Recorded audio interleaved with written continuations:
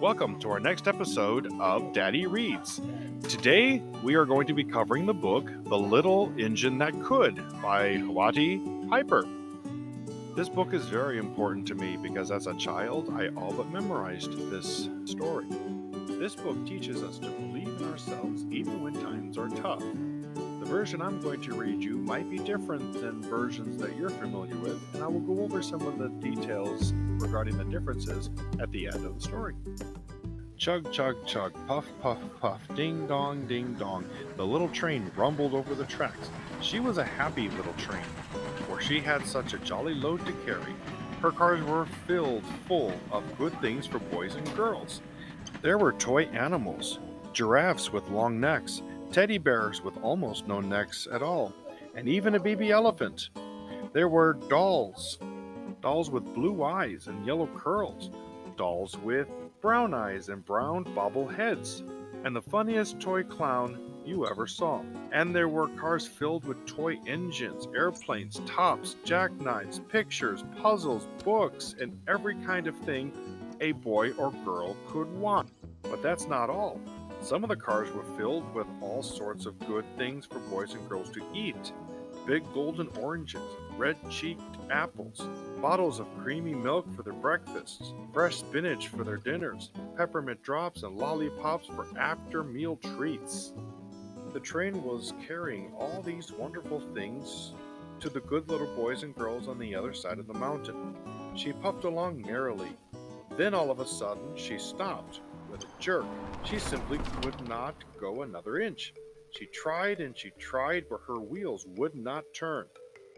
What were all the good little boys and girls on the other side of the mountain going to do without the wonderful toys to play with and the good food to eat? Here comes a shiny new engine, said the funny little clown who jumped off the train. Let's ask him to help us. So all the dolls and the toys cried out together.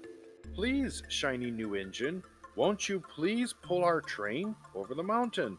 Our engine broke down, and the boys and the girls on the other side of the mountain won't have any toys to play with or good food to eat unless you help us. But the shiny new engine snorted. I pull you? I'm a passenger train. I have just carried a fine big train over the mountain with more cars than you can ever dream of.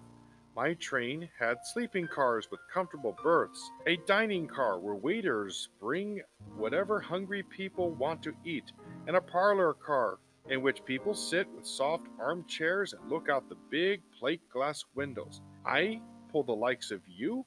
I think not.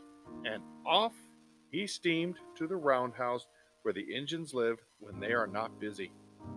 How sad the little train and all the dolls and toys felt. Then the little clown called out, the passenger train is not the only one in the world. Here is another engine coming, a great big strong one. Let's ask him to help us. The little toy clown waved his flag, and the big strong engine came to a stop. Please, oh please, big engine, cried all the dolls and toys together. Won't you please pull our train over the mountain? Our engine broke down, and the good little boys and girls on the other side won't have any toys to play with or good food to eat unless you help us. But the big strong engine bellowed, I am a freight engine. I have just pulled a big train loaded with big machines over the mountain. These machines print books and newspapers for grown ups to read. I am a very important engine indeed. I won't pull the likes of you. And the freight engine puffed off indignantly to the roundhouse. The little train and all the dolls and the toys were very sad. Cheer up, cried the little toy clown. The freight engine is not the only one in the world. Here comes another. He looks very old and tired, but our train is little. Perhaps he can help us. So the little toy clown waved his flag, and the dingy, rusty old engine stopped. Please, kind engine, cried all the dolls and toys together. Won't you please pull our train over the mountain? Our engine has broken down, and the boys and girls on the other side won't have any toys to play with or good food to eat unless you help us. But the rusty old engine sighed. I am so tired. I must rest my weary wheels. I cannot pull even a little train as yours over the mountain. I cannot.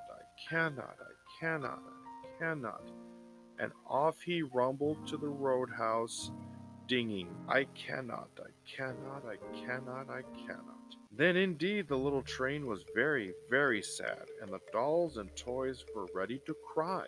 But the little clown called out, "Here is another engine coming, the little blue engine, a very little one. Maybe she can help us."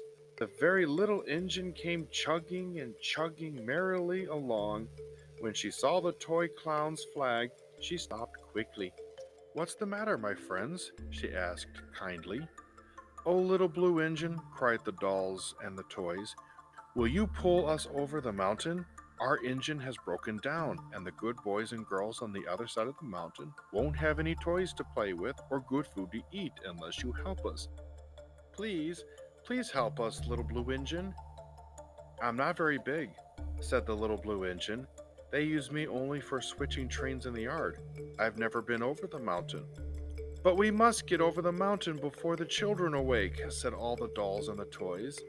The little blue engine looked up and saw the tears in the doll's eyes, and she thought of the little boys and girls on the other side of the mountain who would not have any toys or good food unless she helped. Then she said, "I think I can. I think I can. I think I can." And she hitched herself up to the little train. She tugged and she pulled and she tugged and she pulled, and slowly, slowly she started off. The toy clown jumped aboard, and all the dolls and the toy animals began to smile and cheer. Puff, puff, chug, chug went the little blue engine. "I think I can, I think I can, I think I can, I think I can, I think I can. I think I can, I think I can, I think I can, I think I can." Up, up, up, faster and faster and faster and faster, the little engine climbed until at last she reached the top of the mountain. Down in the valley lay the city. "Hooray, hooray!" cried the funny little clown and all the dolls and the toys. "The good little boys and girls in the city will be happy because you helped us, kind little blue engine." And the little blue engine smiled and seemed to say, as she puffed steadily down the mountain, "I thought I could, I thought I could, I thought I could, I thought I could, I thought I could, I thought I could."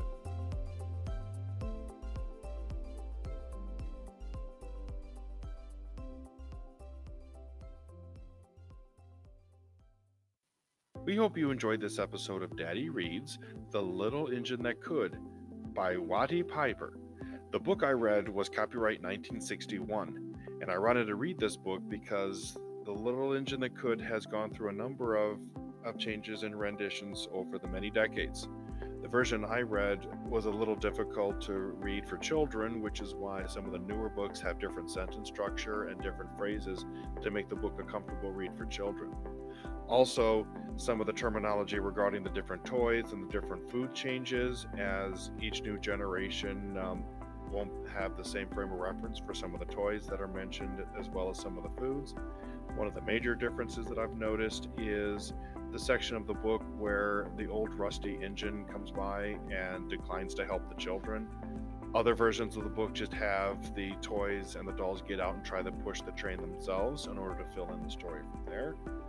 Other minor things regarding the makeup of the passenger train and what the freight train pulls, but other than that, the story itself has endured since I was growing up, and again, the version I read dating all the way back to the 1960s. Something else that might make your edition of the book different would be the illustrator. There's the Lauren Long illustrator edition. There's also the one that has the original artwork that was done by George and Doris Harmon. Once again, we hope you enjoyed this episode of Daddy Reads The Little Engine That Could.